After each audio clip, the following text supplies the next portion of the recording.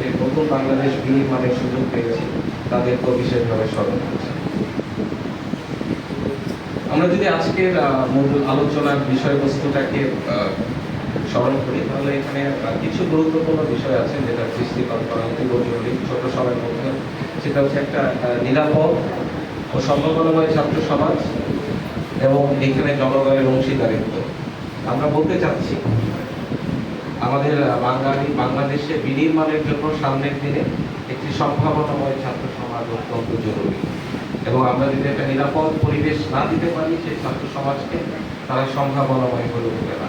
এটা একে অপরের সাথে সম্পর্কযুক্ত। আর তাদেরকে নিরাপদ এই একটি সমাজ, নিরাপদ পরিবেশ প্রদান করতে হলে আইন শৃঙ্খলা বাহিনী এবং জনগণের অংশীদারিত্ব অঙ্গানুঅঙ্গিভাবে জড়িত থাকতে হবে।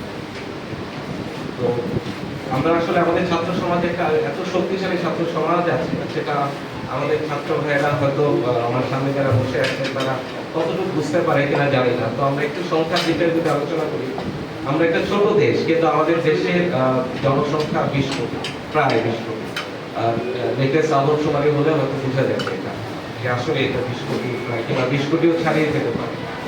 বিভিন্ন পরিসংখ্যান অনুযায়ী আমাদের এত বড় একটা জনসংখ্যা 1/3, প্রায় 1/3 জনগণ এই ছাত্র সমাজের অন্তর্ভুক্ত। সেই ছাত্র সমাজটা শুরু হচ্ছে প্লে নার্সারি গ্রুপ থেকে একদম ইউনিভার্সিটি কিংবা ইউনিভার্সিটি পরবর্তী শিক্ষা করে, অর্থাৎ আমাদের প্রায় 7 কোটি জনগণ আমাদের এই মোট জনসংখ্যা আমরা ছাত্র সমাজের অন্তর্ভুক্ত।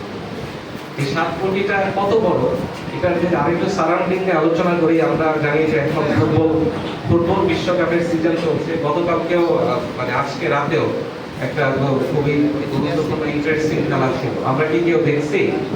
স্টুডেন্টরা দেখি নাই, বোধহয় পড়াশোনা ছিল দেখে, সকালের পরীক্ষা ছিল দেখা নাই। ফ্রান্স এবং ইংল্যান্ডের চতুর্থ স্থান নির্ধারণী খেলা ছিল। অর্থাৎ এত বড় ফুটবলের পরাশক্তি এবং আমাদের জিওপলিটিক্যাল বিষয় বিবেচনা করলেও বিশ্বের অন্যতম পরাশক্তিধর দেশগুলোর মধ্যে এই দুটো দেশ অন্তর্ভুক্ত।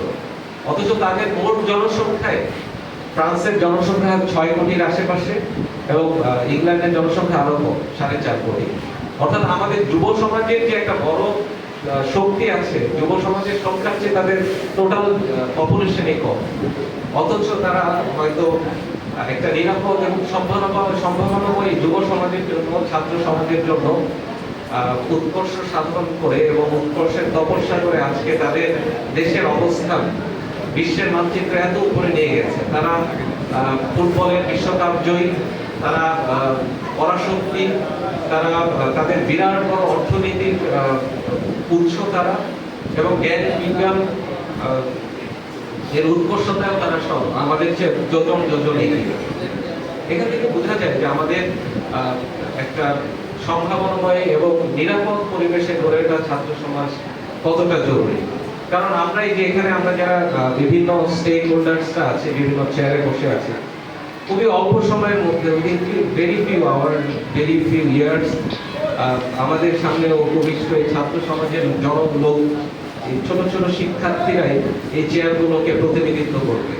তারা যদি সম্ভাবনাময় না পায়, আমরা এখন সার্ভ করছি এই চেয়ারগুলোতে, আমাদের যে ভুল ত্রুটি আছে, যে সীমাবদ্ধতাগুলো আছে, সেগুলো সীমাবদ্ধই থেকে যাবে, ভুল ত্রুটি থেকে যাবে।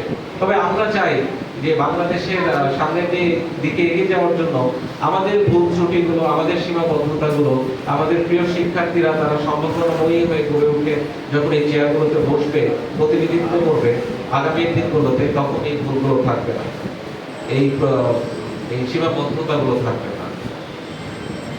তো এই সম্ভাবনাময় ছাত্র সমাজ বলতে শুধু আমরা পরীক্ষার হলে জিপিএ 5, গোল্ডেন A+ কিংবা একটা